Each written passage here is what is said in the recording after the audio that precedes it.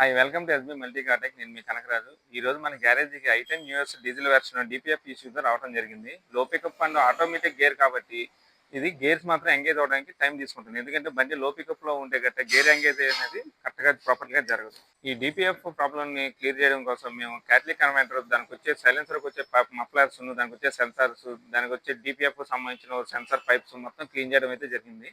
అది ఏ రకంగా క్లీన్ చేసాం, ఆ ఇష్యూని ఎలాగ మేము ఐడెంటిఫై చేసాము, ఆ ఇష్యూని ఎలా క్లియర్ చేసాం అన్నది మీకు ఈ వీడియోలో చూపిస్తాను క్లియర్గా. BS6 డీజిల్ వెహికల్స్లో ఎక్కువ వచ్చే ప్రాబ్లం అంటే డిపిఎఫ్ బ్లాక్ అవడం వల్ల బండి లో పికప్ వచ్చి మన డాష్ బోర్డ్లో కూడా ఇండికేషన్ అనేది చూపిస్తుంది.